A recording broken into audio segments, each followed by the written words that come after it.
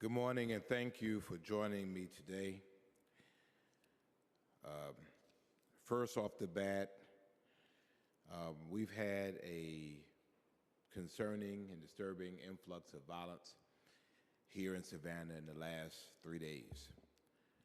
There was a shooting in the 3700 block of Montgomery Street on Saturday, December the 2nd.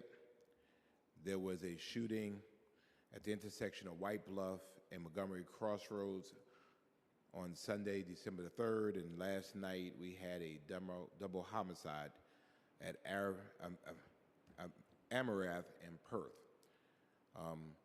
We extend our deepest condolences to those affected. I will tell you that these are not the ways we want to end out our year. Last night I was at the Amaranth and Perth incident, along with the family members, great-grandparents in this case, of one of the young men who was killed. It's not our belief that these are random incidents. And the fact of the matter is that the formula for violent crime in Savannah still continues. I'll leave it to the police to release more details as they are available. But I don't believe that there is a magic cure or magic solution to gun violence. As long as we have individuals that do not know how to peaceably address issues of disagreement, as long as we have people who do not necessarily value not only their lives, but then the lives of other people, and as long as we have the availability of firearms and the availability of people to get them unfettered by legal or illegal means, we're going to have these types of incidents. We will continue to do what we can. As a matter of fact, we believe that the technology that we have employed, that we've invested in, will hopefully lead us quickly to apprehend those that were involved in these senseless acts of violence. But in the meantime, we will continue to work with our communities, continue to work with our neighbors. I understand that there's been some good information and good intel out there, and we will follow those leads to make sure that those who pull triggers in our community are brought to justice. I want to make sure we're absolutely clear about that, that while we can do what we can to prevent, we have to also make sure that those that have a propensity for violence are taken off our streets and taken off our streets for a long time. Our investments, again, are not a magic solution. And so we know there are things that we can do. Number one, we want people to secure their firearms because we know that in many of these incidences, these are not legally obtained firearms. Secondly, we want to make sure that you have these courageous conversations, particularly with young men, in terms of how to be able to deal with disagreement. There is still nothing wrong from walking away, because gun battles are not the ways that we want people to live their best lives in this community. And thirdly, we want to make sure that if you know something, you see something, you say something. Unfortunately, and far too often, some of these incidences play out in some part over social media, and people know what's going on, and people will say, it's none of my business. And then after something has happened, they say, well, I didn't know about this, I didn't know about that. And hopefully, that information could have helped to be able to save a life. So we'll continue to work at this. I want to thank the Savannah Police Department again for their tireless work. Again, it was a little cool. We had at least two young men in an active crime scene, and their families were there, and yet these officers were at Amaranth and Perth doing their jobs, doing what they do, getting the information, doing the necessary forensics work, doing the necessary investigative work to be able to solve these crimes. I have every confidence that we will soon be making arrests in these cases. And I want to remind you that if you are afraid of someone that you think might be violent, or if you know of someone who has access or illegal access to a firearm, we want you to speak up. And if you have any information about the incidences that occurred over this week, I encourage you to report that information to Savannah Police Department, or you can contact Crime Stoppers at 912-234-2020, 912-234-2020.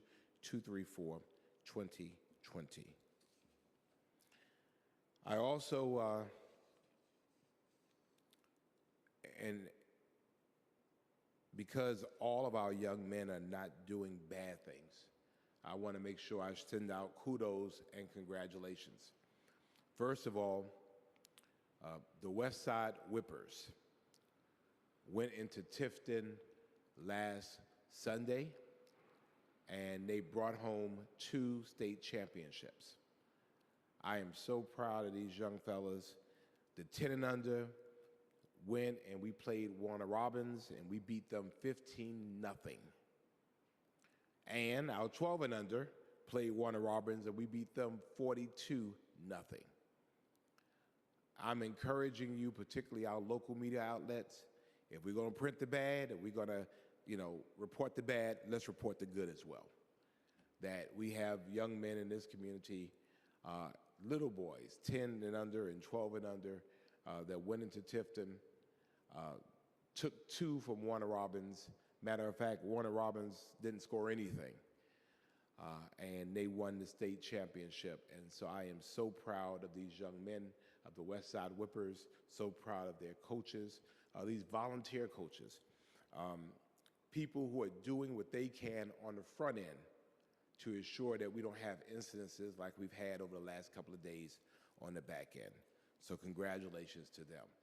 Further, in the kudos department, I want to congratulate Calvary Day School and Benedictine Military Academy on exceptional seasons this year. So I thank Coach Stroud and Coach Britt on strong seasons. And we always want to see our teams lift trophies, but we also like to see dominance, and postseason berths are commendable. And so we know that we have some of the best high school football players right now in Savannah, and we are proud of their work every season. On this Thursday, the City Council will have our next to last council meeting, the next to last meeting of the 139th administration, and we will be dealing with a number of important items on that day. We have 6 alcohol license hearings to open up Thursday's agenda, and then we will have the final public hearing to present information and to receive comments on the FY 2024 proposed budget. I thank City Manager Jay Melder and Team Savannah for the hard and diligent work they've put into next year's budget.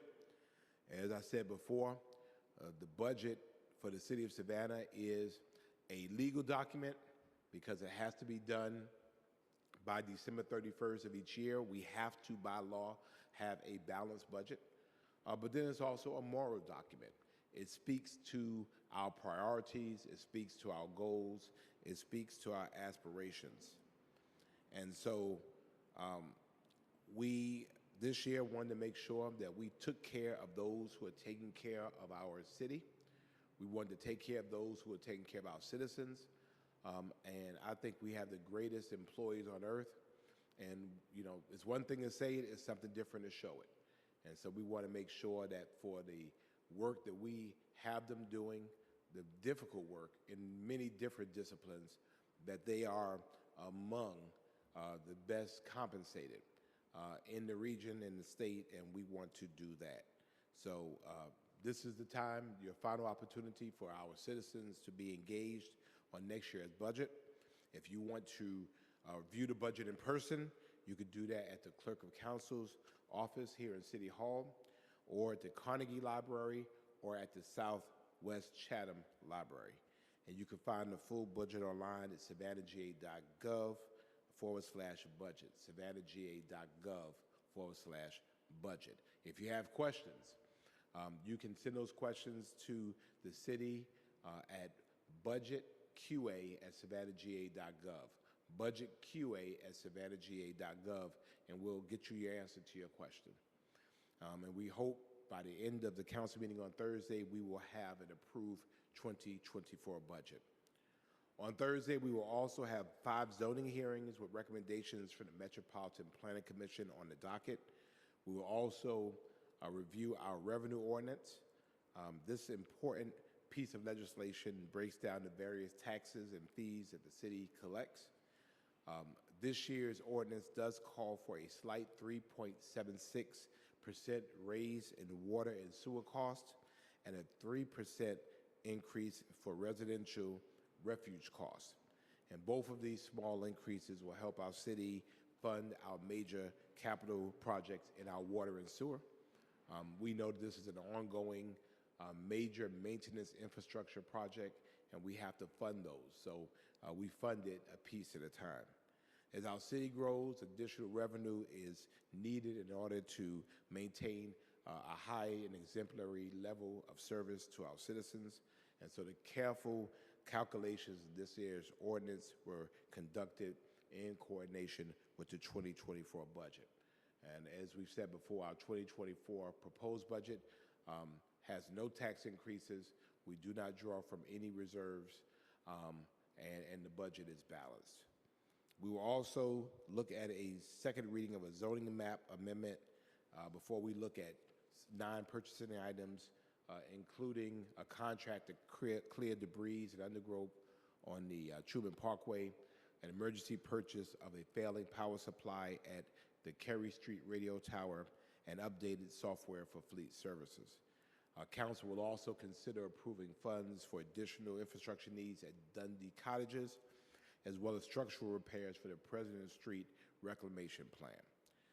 Council will also take under consideration a resolution authorizing $12.5 million from the Water and Sewer Fund to be made available for public improvements on Hutchinson Island under an agreement made in 2019.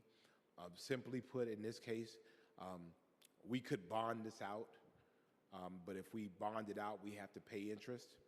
Well, if we borrow it from ourselves, then we pay the interest to ourselves. So it just makes more sense to borrow it from our water and sewer fund and then pay ourselves back the interest rather than bond it out and pay somebody else the interest. So it makes perfectly good sense. And lastly, the council will take under consideration 3 separate subdivision approvals, including Flannery Ward, the Oakwood at New Hampstead, and 10 lots of varying sizes also in the Hampstead area. To view the full agenda, you can visit savannahga.gov, savannahga.gov. And you can watch the meetings live on our Facebook page, on our award-winning SGTV. The meeting will also be live streamed at savannahga.gov. And of course, you're always welcome to join us here at Council Chambers. This weekend, I want to make sure everyone knows about a very special event happening. After many years, a lot of legal wrangling, I'm happy to say that you can now visit your family and friends who rest at the Evergreen Cemetery on ACL Boulevard. Last month, for the first time in well over 4 years, I was able to visit my grandmother, my grandfather, my aunt, who are buried at the Evergreen Cemetery. For years, I could not get to the graves because of the growth that was there. And so this Saturday at 9:30 a.m., city leaders will be joined by several local clergy members as we dedicate Evergreen Cemetery. This is an event of solemn remembrance, but I think it also speaks to the city's commitment of ensuring that we take care of our citizens while they're here and even once they are gone. We will have flowers available to place at grave sites, and we invite everybody to come out and join us. Many of you know that this has been a four-year process that involved judges and courts, a lot of community sweat and tears and equity, and then a massive refurbishment project this summer that removed, get this, 25 tons of debris from this cemetery. 25 tons of debris, and uncovered almost 6,000 graves. You think about that. I will tell you that I've been out there and I've seen mattresses where apparently people have been having sex. I've saw this as being a massive dumping site. And the fact is, this is not how we want people to live. And this is not how we want people to die after they have lived. And so I want to thank our incredible team at our cemeteries division and our park and tree department for their hard work on this project. We have several city cemeteries that are pristine, and Evergreen now is a part of that. So I'm hoping that you will join us on Saturday, December the 9th at 9:30 a.m. at 4340 ACL Boulevard for this special occasion. The holiday season is obviously upon us, and we're excited to kick off another great season of celebration with a brand new tree and several other festive decorations that you can see throughout the city this holiday season. Our tree is lit, and we have a great new ornament in Ellis Square. And big shouts out to Team Savannah for their work in getting us in this festive spirit. We will be offering free parking in city-owned garages downtown throughout the holiday season through December the 27th. All city garages will have free parking on Tuesdays and Wednesdays from 12 p.m. to 8 p.m. All city garages will have free parking on Tuesdays and Wednesdays from 12 p.m. to 8 p.m. Visit savannahga.gov/parking for more information. I also want to remind folks again, the bipolar weather of Savannah is here. And so some days it's warm, some days it's cool, some days it's warm, some days it's cold. And we want to make sure that we're prepared. We got a bite of it last week. We believe that there'll be some dips into the 30s this week. And then, of course, by the weekend, it'll be 70 again. So these fluctuations can have dramatic effects on our health, the health of our elderly, and the health of our fur babies. So make sure you pay attention to the temperature changes and plan ahead. Get your jackets ready, but also keep your short sleeves on. For more information about being prepared for our winter weather, visit ready.gov/winter-weather. Ready.gov/winter-weather. And so that ends my prepared remarks, and I'll entertain any questions you may have. Hi, Mr. Mayor. Chris Smythe with WJCL. You all right? It's just my voice. Okay. All right. I've had too many vocal cord surgeries at this point in time. There we go. So I want to go back to what you started with about the shootings and all that. You said you were out there the other night. What conversations have you and the police department had about what you guys could do to try and curtail this? And then beyond that, you mentioned technology, hopefully helping apprehend. What technology are we talking about? ShotSpot or anything else, if you could elaborate on that? Well, again, I think we have to understand very clearly about what our limitations are. Particularly in the incident last night, it was ShotSpotter that alerted us. And so our response time was almost immediate. And you had two young men lying there. You had medical personnel coming to provide services, and again, they were unsuccessful in resuscitating these two young men. We can do what we can to make sure that people that commit these crimes are off the streets in the first place. People who shoot will shoot again, which is why it's very important to me that we are strongly prosecuting. I mean, I have tolerance for a lot of things, and again, I'm a person that believes in second chances. I believe in restorative justice. I believe in diversion programs. But if you're pulling a trigger in this city, I don't think there's a place for you in this city, because if you've done it once, you'll do it again. So I think that's the first part about it. Those individuals that are justice involved that are pulling triggers. The second thing is a community side of addressing the lives and lifestyles of some of these individuals that are involved. I've had conversations over the last couple of days of people who just kind of acknowledge that, we did the best we could. And that's really heartbreaking because no parent needs to bury their child, no grandparent needs to bury their grandchild, and no great-grandparent. Last night, again, I'm out there last night with great-grandparents to, have to deal with that type of situation. Again, these are not violent, these are not random incidences. This is not somebody they don't know. These are individuals who have issues. And usually in my lifetime, I knew that if I had a beef with somebody, there were more than one person that knew about it. And so we have to be advocates to be able to intercede on those types of incidences and be able to kind of turn down those temperatures. Because when you have those incidences and they're unchecked, I mean, again, when I was growing up, it was the same thing. The difference was when I see you, I'm going to fight you. Not when I see you, I'm going to shoot you. It's a totally different deal. And then, of course, as I've continued to say, the prevalence of guns in a state that just feels like guns have to be everywhere.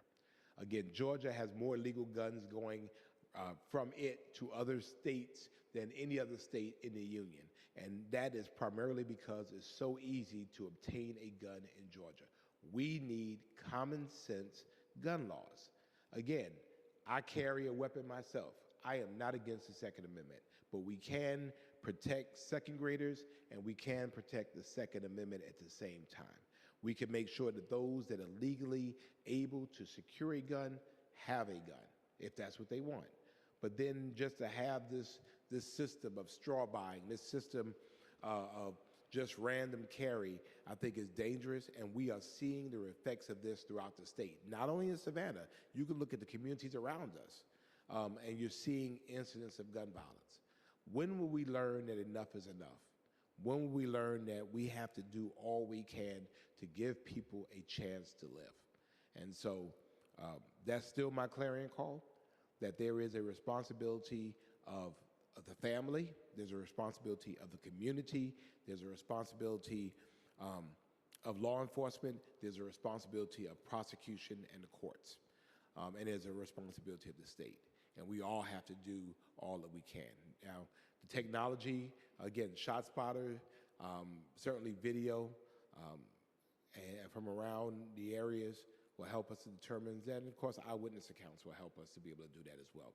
These investments will help us to continue to have a high closure rate. I'm sure that the Savannah Police Department would rather not investigate it in the first place.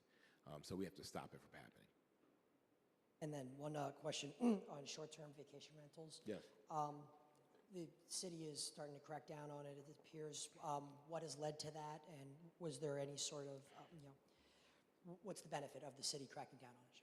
Well, in an area where we're always concerned about preemption from the state, short-term vacation rentals have a benefit, but they're also and can be very destructive to communities. When we're talking about areas where we're talking about the affordability and availability of housing. If you have a prevalence of short-term vacation rentals, those are literally mini hotels. And so then that's houses that people can't live in. again, I think that they have a place in Savannah. What we have had in Savannah is a deluge of illegal, unlicensed, short-term vacation rentals. We now have new software that will help us to be able to detect that. I am considering asking council to increase the penalties for doing it, because obviously if you get caught and you're still doing it, then the penalties are not severe enough. And I think that we have to make sure that we're protecting neighborhoods. And I don't think that for neighborhoods, short-term vacation rentals protect neighborhoods.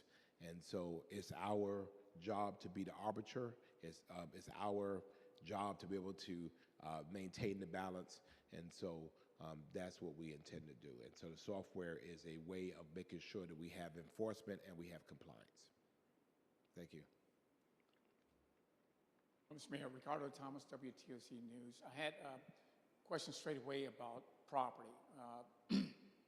Obviously, there's a shortage of housing, affordable housing in the city, but I've recently noticed, I live in Baldwin Park, but I noticed my neighborhood and neighborhoods around, especially going north, I'm starting to see where people that have a lot with a house on it are actually building a second property in the back. And I noticed yesterday, I think at 37th and Broad, there's a house that's getting renovated.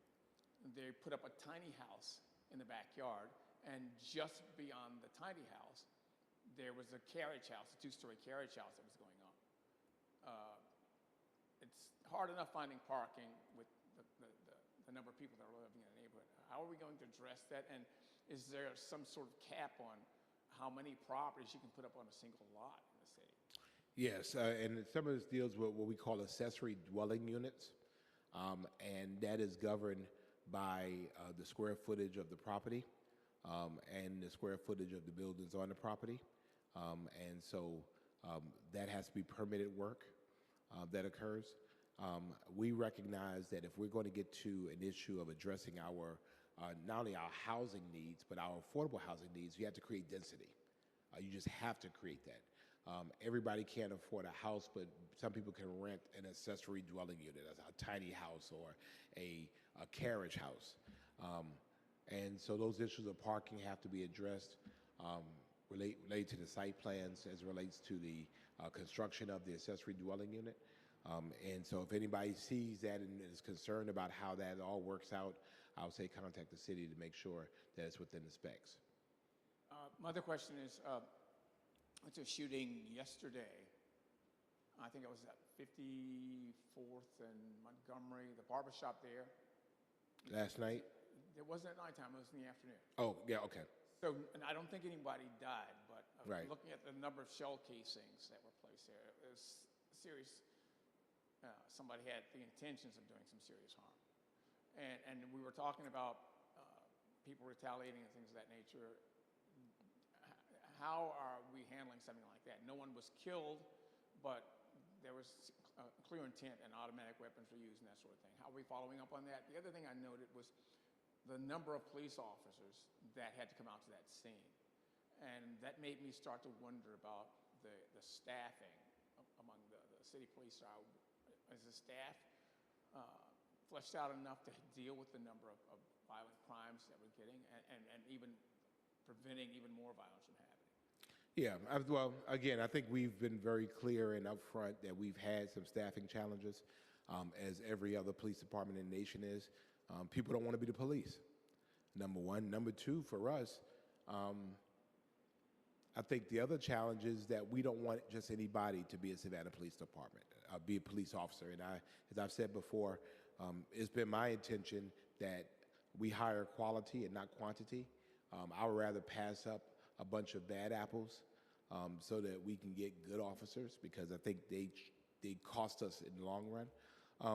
You know, we send an appropriate number of officers related to an incident. So, for example, you have a shooting, somebody's taken to the hospital, you're not responding with a bunch of officers, you're responding with the officers that are needed to be able to inventory the scene, to do forensics and those things. You know, the goal is for our officers to be on their beats and their patrols. So, you know, you often see a lot of police officers responding to make sure that safety is secured and then you'll see them fall back to where they're going to do their work. It's not good to have officers just standing around. So we'll get them back out there. So I think once it was determined that there was no immediate threat, the individual was obviously was not killed, then you see those officers falling back into their beats. I think the other challenge is for us is, again, how do we use technology as a force multiplier to be able to address those issues? Again, we're talking about the whole ring bell thing to help us with video. Again, I would rather it not happen in the first place.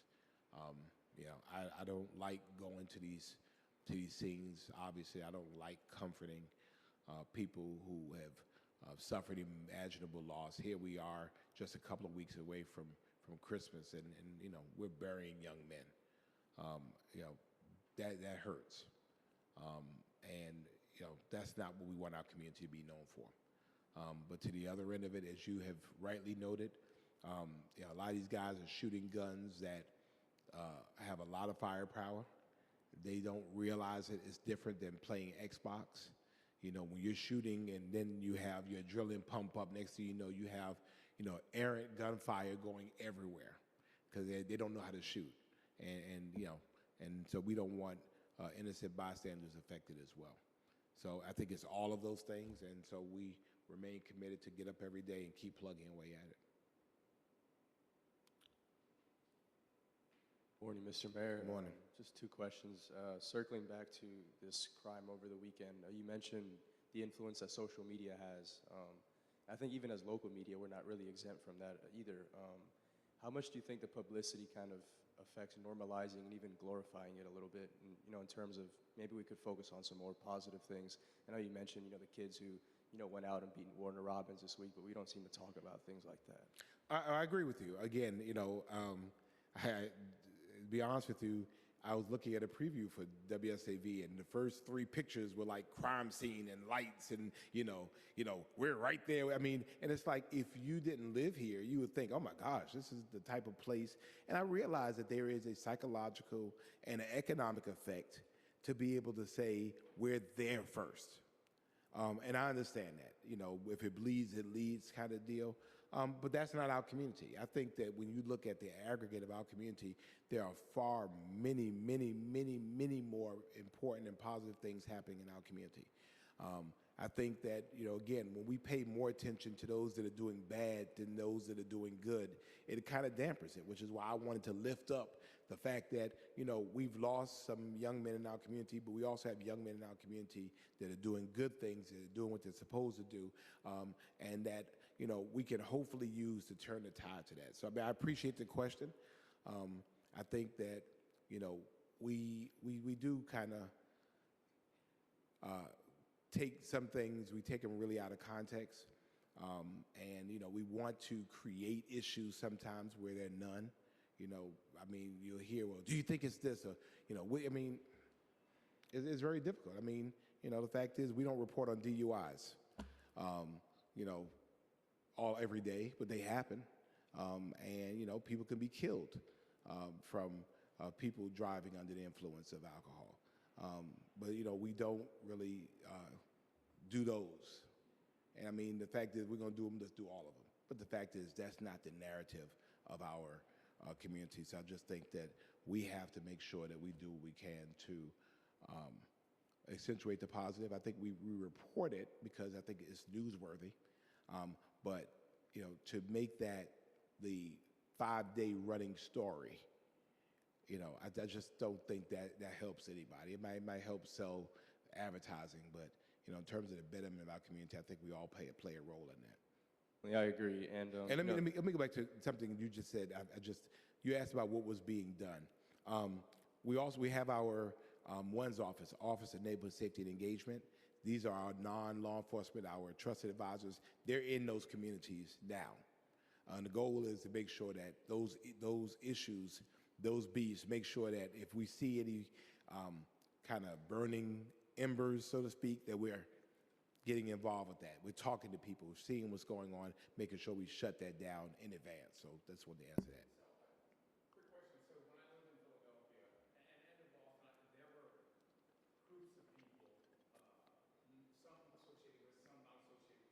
Right. but that some were former gang members. Right. And they were like the ears and the eyes on the ground.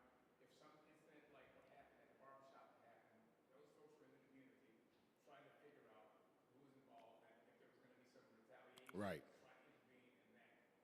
We have that. We have that. Yes. Yeah. So we have some that are formal through our Office of Neighborhood Safety and Engagement. We have some that are trusted advisors through our Cure Violence Network, and then we have just some OGs. These are guys that got a lot of respect in the community. Some of them can say stop, and it stops because people have that respect for them. And so for them, again, we have to use both an external and internal strategy. Internally, the city has to have people to do it, but we also rely on those individuals who know what that life is like, and they have been extremely effective. And sometimes just saying, look, you don't want this life. Stop it. So all of that. And so Cam Park has a lot of people out there who are highly respected, and so we're engaging them as well. I'm sorry. All good. On a completely different note, there's, I guess, plans now to make River Street its own special district. How do you think business owners and just residents of Savannah would benefit from that? To make it its own district? Just believe it was yesterday. They were at the. The SID? Okay. Yeah. So yeah, it's a good thing. The city supported it. The city passed it. The city approved it. It's important that River Street has the funds to be able to help improve River Street. And all the business owners along River Street agreed to it. I think it is, what? I think that it's important to have the folks that are the end users to help be a part of that solution. Fortunately for us, we will receive money, or we're receiving money now from the local option sales tax. And so from that, we'll be able to use that. We have a major renovation of River Street coming. Major. River Street may be shut down for quite some time as we completely renovate it. And so the business owners there are doing their part to help to revitalize, the jewel of our city. And so I think that it's a good thing, and I'm supportive of it. Good morning, Mr. Mayor. Good morning. You mentioned securing your firearms. I'm wondering, there was you'd mentioned possibly submitting a policy. I wonder if there's any traction on that on the city's part. Yes, yes. Obviously, I pulled it because of the political season and because of the end of the administration. I didn't think it would make much sense to be able to pass it during the waning hours of an administration for policy's sake. So that's one of the things we'll take up with the new administration next year. And how have you, gained traction in that sense then? Well, I think it takes two sides. One side is making sure that we are encouraging the securing of firearms. We know we've had an inordinate amount of firearms stolen from cars that were unlocked. And for the people who complained, in the time they took to complain about it, they could have just locked the car. They could have taken the gun from underneath the seat or the center console or the glove compartment and secured it in the trunk. So I think that's part of that. And the other part is that we need people to quickly report, when a firearm has been stolen. So when we're out there, we know what we're looking for. It's taken a long time sometimes to be able to identify the owner of firearms that have been stolen. So these are tools that will help our police department to deal with issues of that. If we've had 200 guns stolen from cars this year, and again, I don't know the exact number, but that's 200 opportunities for somebody to get shot, and we don't need that. We want people to enjoy the full range of benefits that the Second Amendment provides, to include the bearing of arms, if that's what you want to have. But I think with that privilege comes the responsibility to secure it. And so, obviously, as long as the data shows us that there's a problem, then we're going to institute policy to help change the trajectory of that data.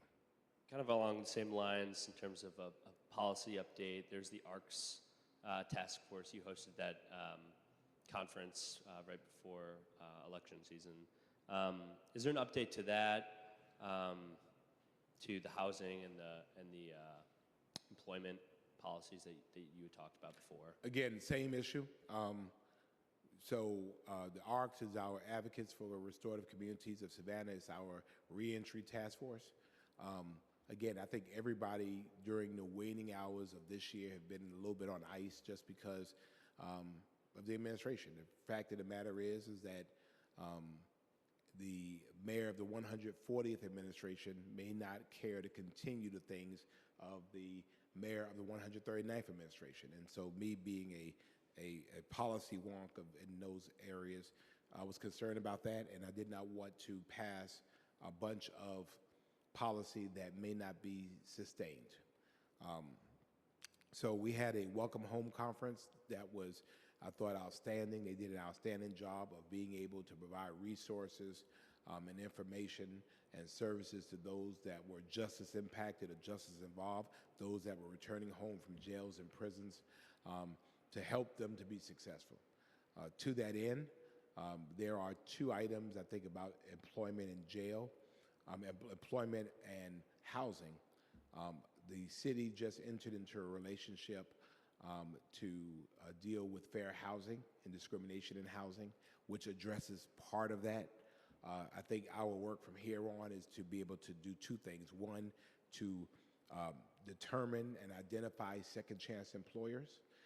And then the second thing is to identify those that provide second choice housing, and be able to make sure we lift those high so people know how to obtain that housing and where to obtain that housing. Again, there are sterling examples of individuals who have done things that they're not proud of, but have come home and become outstanding citizens. And I want people to see who they are, see that they can live those things. And again, for people that are employing or people who are providing housing, that these are often model citizens now. And so they deserve that opportunity to be able to live and deserve the opportunity to be able to work. Has there been collaboration with any state agencies or federal agencies for reintegration purposes? Like recently, the Georgia Department of Labor went to the Chatham County Detention Center to express an interest in starting a similar type program, but they said they hadn't spoken to the city. I'm wondering, since that conference, first, are you aware of that conference? And second, since that conference, has there been collaboration interest? I've heard of it. I have not followed through with that. Again, waning hours of an administration. I think that the new year brings on new opportunities. If the Department of Labor is willing to help, any state department willing to help, I think we'll accept the help. Partnership always works. And so any way we can help those that are justice impacted or justice involved, we're willing to do. Last question, the Evergreen cemetery dedication, you brought that up briefly. I'm just wondering if you could speak to the importance of that and the purpose of that as well. Yeah, so thank you for that question. Evergreen was, and I remember it from days of my youth, again, one of these black-owned cemeteries. It was owned by a funeral home, and that's where people buried it. Now, they were not perpetual care cemeteries, basically meaning that you pay for a plot and it's always taken care of.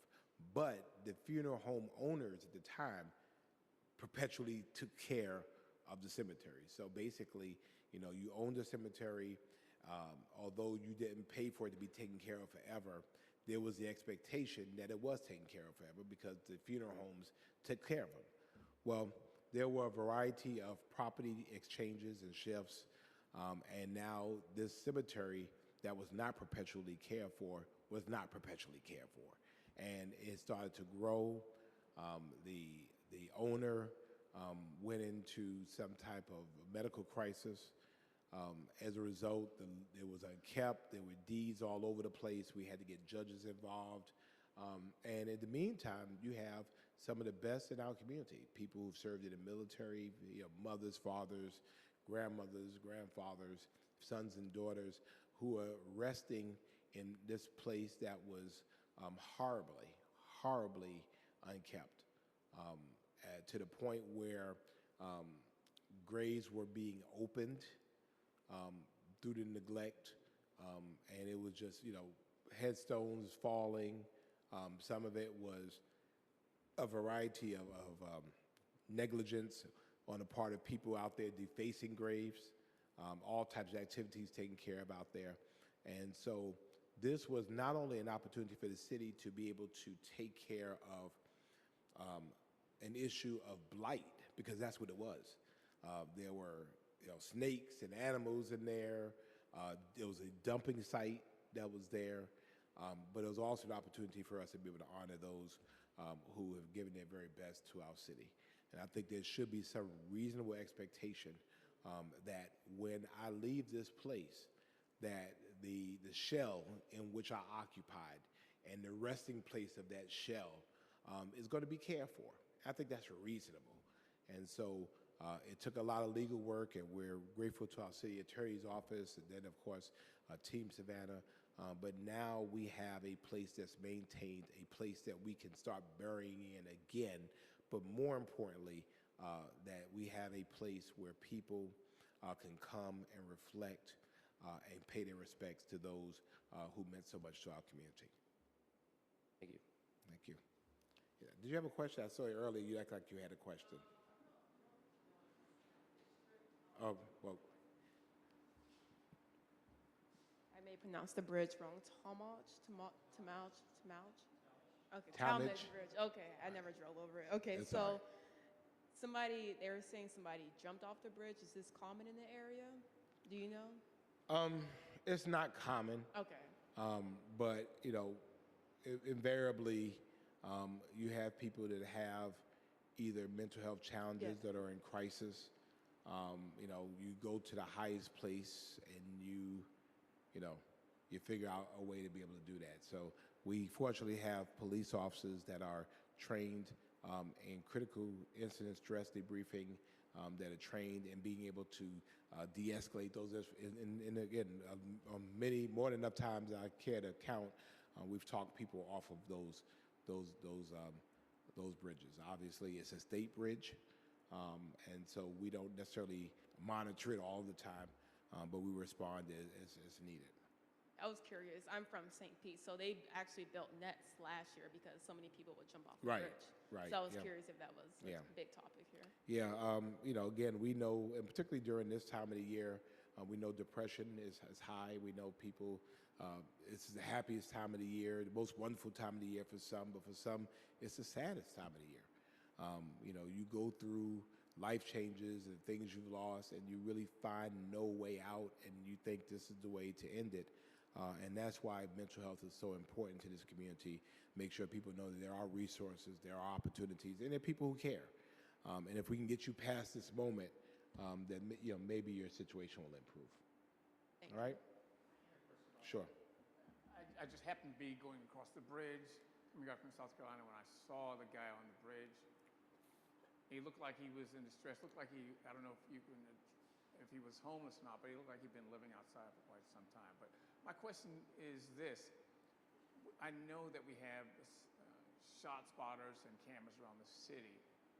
Do we have any kind of cameras or any kind of system on the bridge to monitor things of that nature at this point? I'm not sure. I think, and that's a good question, but we'll find out. I would think, it's a state asset. And so obviously fixing something to the state will require the state to be involved. I think that's something that is a good idea, at least being able to have some type of technology. And I'm sure it's something that alert when someone is, there. I mean, I know from last week's bridge run, that's a pretty high bridge. I know I get claustrophobic. Well, not claustrophobic. What's the word? There's a word. You know the word. Afraid of heights. You get there and look down, and it's like, oh, shoot, this is actually pretty high. And so that's something we can look into. All right? All right. Well, thank you all so much.